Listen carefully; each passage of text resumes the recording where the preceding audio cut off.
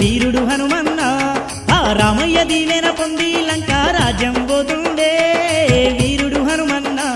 ధన ధీరుడు అంజన్న వీరుడయ్యి శూరుడయ్యి వెళ్ళిపోతుండే